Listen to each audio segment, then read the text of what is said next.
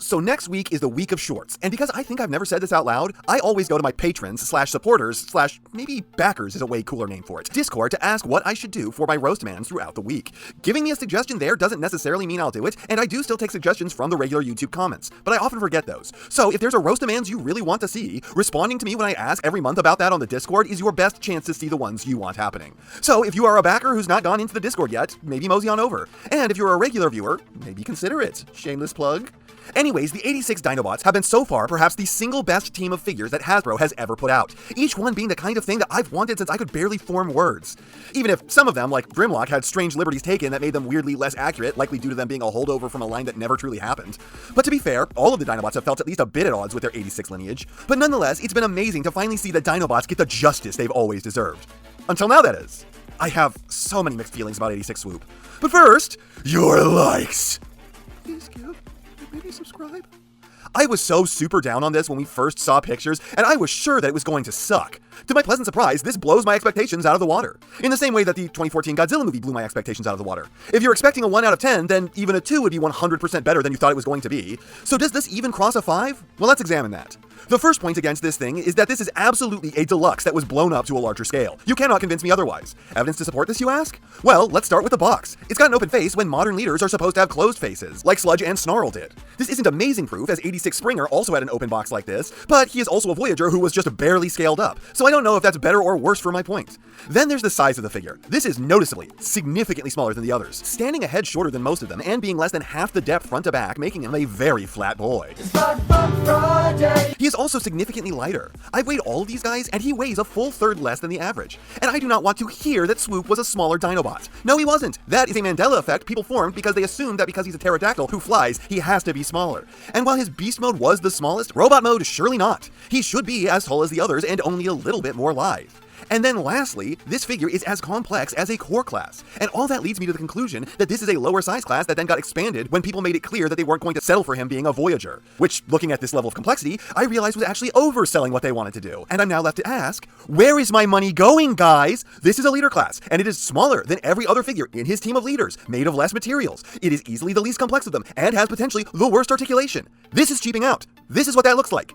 But then let me give this thing a bit of a positive. It looks better than I was expecting. It is too wide, but it's less noticeable in person. They should have shrunk this thing left to right like 15%. His legs look exceptionally weird with the way it is. Being that they are so pencil thin and spaced so widely, there's just something off about those. Dude's balls are completely undefended like this. But the robot mode does not stand out to me as one of the core issues with this figure in light of the other stuff that it is doing wrong. In fact, I'd even say it's one of the positives. And you may go, but you just told us that this thing was too small. Reducing its width would only make that worse. Like that's some kind of gotcha. But see, what you do is that you shrink it left to right, and then you take this whole thing and you scale that up. And boom, you are doing so much better than you currently are.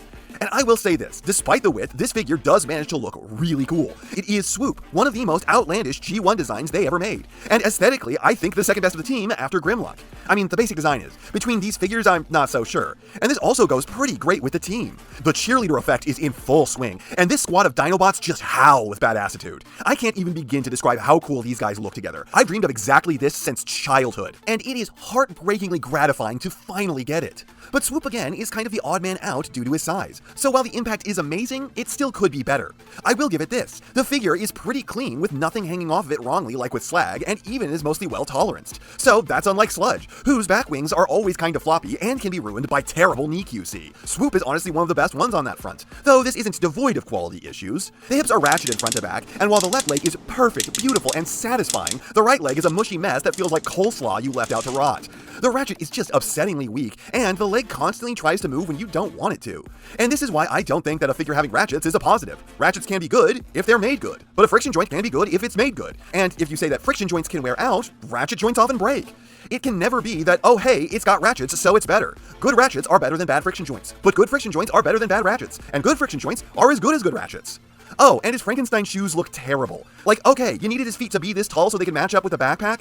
Then why not just give them a steeper cut so it doesn't look like he's on these giant go-go boots? And then you have the head, which I think probably had a running change made to it at the factory at some point, because it's clear that they realized they had to give him his sallow cheeks or just fucking throw the figure in the trash. So those have been pretty harshly cut into his face now, and we know from pictures they didn't used to be there. So I'd be willing to bet that this isn't on the original CAD model for his face, and that we have someone to thank at the factory for doing this, which is a huge improvement to the head. Massive! Chin is still too wide, and now with the cheeks he kind of looks like Mads Mikkelsen. Swoop Mikkelsen. Mads Swoopelson. Mads Mickelswoop. think that's the one. But it does look so much more like him that the chin being too wide kind of becomes forgivable. I don't really know how good the head is because, like I said before, I expected a 1 out of 10, so even a 4 is going to feel incredible compared to that, but I do feel a sense of joy when I look at this now. I still think this could be improved a lot, but hey, the robot mode is nowhere near the disaster I feared. So the bot mode looks a lot better than I had anticipated, but I'm not sure that it looks as good as it seems like to me, or if my expectations were just so low that it was impossible for it to fail. The proportions are incorrect. There was no reason for them to be. The figure is too small. There is no justification for it to be. The figure is not complex enough. There is no excuse for it to not be more. When it is this simple and uses this much less plastic than the other guys, you really couldn't afford to give it wrist stores? I'm seeing so many cut quarters that have no business being anything other than filled out and padded with all the budget that this size class should allow for. But screw us, I guess. Not even the accessories can escape Hasbro trimming everything out from the budget that they possibly could. What the fuck is this with the missiles? Like, I'm not even mad that the underside is skeletonized. I mean, why when the whole figure is a third less plastic than the other 4? But okay, whatever. But my real question is, why is the entire back scalloped off like this? You couldn't just let this continue all the way down? You had to save that 1 more gram of plastic?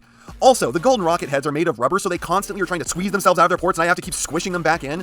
From the top, these look great, but from the side, you can see that they are missing a chunk. So why do this? Was it just to give us the middle finger so that way we know that you phoned it in as hard as you could? He also comes with Grimlock's sword. Considering Grimlock is the single one of these with the most upgrade kits giving him his one, I'd have preferred just about anyone else's sword, but okay. These are acceptable, but they're all in unpainted red. I guess so that way they could look like the old toys. Or so they could just rub it in our faces one last time how much they didn't spend on this thing. As for posability, it's better than average, but likely the worst among the Dinobots. Head has okay up, but nowhere near enough for Swoop unless you seriously untransform him. Pretty average side to side, and a full swivel with tons of down. Shoulders pull just above a 90, and get this, they have a unique joint added to them that gives him a backwards butterfly. Is that seriously it?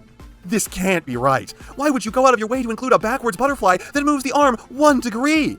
Unhinge the chest and you get infinitely more, even if it's ugly as hell. Elbows pull a 90, and there is just no excusing this when every other member of this team was more complex and had deeper elbows. Wrist rotation and Narcissa wrists, which means that you can fake sword-wielding wrists, but I honestly have to ask why these are hinging the wrong way. Never hinge hands in through the undersides of the wrists. Always go from the outer sides. It looks better, and it lets you use the elbow with sword-wielding wrists. And for the love of God, never use the insides of the wrists like Giga Power Grimlock did. Hips are unimpeded in all directions, maximum knees, and feet with a huge pivot and kind of a toe and heel down, but the sides of the feet prevent that from being all that useful. So, for a normal figure, this would be pretty great, but this is a $50 figure where every member of his team did better than this, and this thing's best features aren't even intended. You have to untransform this figure so badly to get a tilt up at the head and a backwards butterfly when those could have just been put in, especially when there is a backwards butterfly designed already like it was meant to taunt us, because it's not like they spent the budget on the transformation engineering. Real talk, this fucking sucks. It's so overly easy. It's like 5 steps, and then actually going back into robot mode is excessively hard because the left hand gets savagely stuck, and the head is almost worse. But at least you can get your fingertips at that part, but opening that latch hurts my fingers every time. Seriously, all you do with this is pull the dino head up, latch it to the face, collapse in the chest, hinge the hands and fold out the wings, and then bend him at the knees. That's it. It's nothing. And maybe you say that it's doing all that it needed to, but 1, there is no clear place still where my money is going with this thing. It's not doing anything to the level where a leader-priced figure should. And 2, no it's not, because now the pterodactyl mode sucks. This unposable brick can't move its legs when other swoops can. It's got the regular unaltered chest just sitting there with the arms sticking off the sides, the wings can only flap halfway up, and the neck can't rotate. Sledge has 4 working legs and a head that can turn. Grimlock has 2 legs and a head that can turn, plus arms with elbows. And Slag and Sludge were more understandable, but they at least both had 4 legs. This has a bit of flappy, but just the tip, and the head can look up and down. And spoiler alert, it's the wrong fucking head! This isn't even close! This isn't in the ballpark! This isn't in 100 miles of what his head is supposed to look like! I love Swoop's design because he is the Dinobot equivalent of the Seekers, with the golden cockpit running down his chest that then flips up. That's like the coolest transformation step in all of the Transformers, and they just fucked this up because for once, while it does flip upright and have the grip that eluded the power of the Primes one, it's in service of this dopey looking thing. I don't know where this head came from. Like, what is with the lower jaw? It's like a third the length it's supposed to be. Hey guys, what's going on?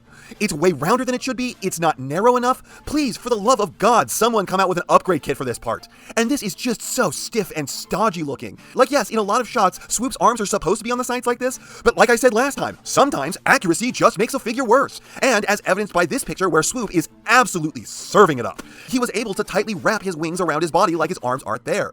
The cheerleader effect that this team of Dinobots has is just gone with Swoop in this mode, because he no longer fits in at all. He almost looks like he's from a different toy line because he's so inaccurate. And fucking ugly. This is just an ugly mode. The head is wrong, the feet are wrong. These should be like all the way up his back to here, but instead they're just hanging off of his ass, which looks dumb. The arms may be right, but they look terrible. The wings don't feel substantial and are just stiff as hell. This mode sucks. It's such a letdown. Where the robot mode did so much work to try and pass itself off well, it still largely failed, but not like this. This is an alt mode that when I look at it on my shelf, I go, ugh. And again, where did our fucking money go, Hasbro? I hate to harp on and on about this, but this is a $50 figure that I have 4 others to compare it to. And while the QC isn't as bad as Slag's, and as bad as a lot of copies of Sludge, it is smaller than all the others, made out of measurably, significantly less material than all the others, with a less accurate robot mode than all the others that looks a little weird in a vacuum, and small when placed with all the others, poses less than all the others, has a massively simpler transformation than all the others, that really need to be expanded on if to just give it wrist doors, and a chud ugly alt mode that looks nothing like the character with the wrong head, 2 small wings, a bloated jutting torso, head too far back on the shoulder line, and ass-hanging leg kibble that is supposed to be a backpack, but because you had to cheap out on the transformation, wound up in the wrong place that can't pose when it could have so easily included a swivel at the neck at the very least.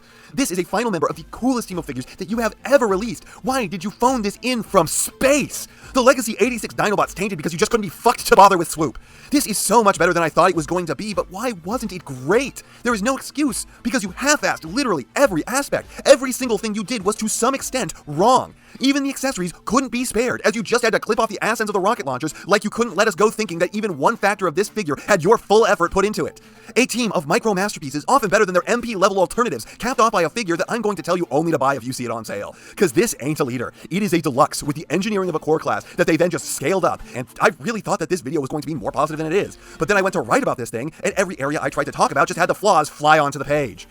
Anyways, let's thank a backer. And this time it's Lazcrest, who I swear I've done before, with Deformation Space Blaster. And oh yeah, really? An MP-like blaster that routinely goes for like $60? That's top of the line in terms of quality, with more paint than any figure Hasbro's ever made, including Titans, poses fantastically, has a great transformation, comes with a buddy cassette that rocks, and has the best sculpt of all the third-party blasters? That's your favorite figure, huh? I don't know, it seems like you could have picked something that's maybe a little bit more impressive. Seriously, this figure deserves more respect, because it is usually cheaper than a Commander, barely more expensive than a Leader, and for sure it puts stuff like 86 Swoop to shame for only $10 more, in a way that you could spend another $50 on this Swoop and still not get an equivalent product. Deformation Space Blaster rules, and you all should buy one. And that's not half what I have to say, but it's enough what I have to say. And I know, you know, what everyone else tells you to do at the end of these videos. So, if you liked what you saw here, please do that. And if you'd like to take it a step further, then please, share this video with any friend you think may be interested. I hope you all enjoyed listening to me waste your time.